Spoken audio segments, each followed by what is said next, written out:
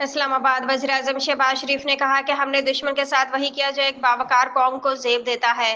وزیر اعظم پاکستان محمد شہباز شریف نے قوم سے خطاب کرتے کہا کہ آج پاکستانی قوم کو مبارکباد پیش کرتا ہوں۔ پوری قوم افواج پاکستان کے ساتھ سی سپلائی دیوار بن کر کھڑی ہے۔ انہوں نے کہا کہ غیور پاکستانیوں کو دل کی گہرائیوں سے سلام پیش کرتا ہوں۔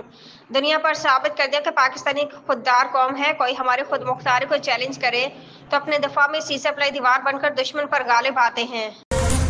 سری نگر آپریشن بنیان مرسوس میں افواج پاکستان کی جوابی کارروائی میں additional deputy commissioner Rajouri Raj Kumar Thapa مارا گیا۔ راج کمار کشمیری مسلمانوں کے لیے دہشت کی علامت تھا۔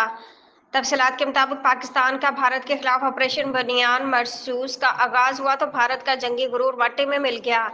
راجوری میں افواج پاکستان کی جوابی کارروائی میں additional deputy commissioner Raj Kumar Thapa مارا گیا۔ بھارتی حکومت کی پشت پناہی میں راج کمار دہشت گردوں کا سہولت کار تھا۔ نئی دہلی۔ بھارتی فوج نے پاکستانی جوابی حملے میں فوجی تنصیبات کو نقصان پہنچنے کا اعتراف کر لیا۔ تفصیلات کے مطابق پاکستانی جوابی حملے میں فوجی تنصیبات کو نقصان پہنچنے کا بھارتی فوج نے اعتراف کر لیا۔ نئی دہلی میں ترجمان بھارتی فوج صوفیہ قریشی نے پریس کانفرنس کرتے کہا کہ پاکستان نے پٹھان کوٹ، ادھم پور، بھوج اور آدم پور میں واقع اسٹریٹجک ایئر بیسز پر میزائل حملے کیے۔ حملے سے فوجی تنصیبات سمیت پنجاب کے ایئر بیس اسٹیشن کو نقصان پہنچا۔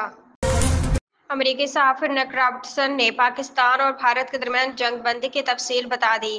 امریکہ کے صحافی نک رابرٹسن کا کہنا ہے کہ پاکستان کے میزائل حملوں نے بھارت کو گھٹنے ٹیکنے پر مجبور کیا۔ میزائل حملوں نے بھارت کو مذاکرات کی میز پر آنے پر مجبور کیا ہے۔ انہوں نے کہا کہ بات چیت کا امکان تھا لیکن بھارت نے مسلسل جارحیت پر پاکستان نے میزائل برسا دیے۔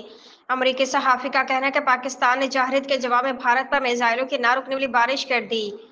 پاکستان نے جواب میں کاری ضربیں لگانا شروع کی تو بھارت سنبھل نہ سکا۔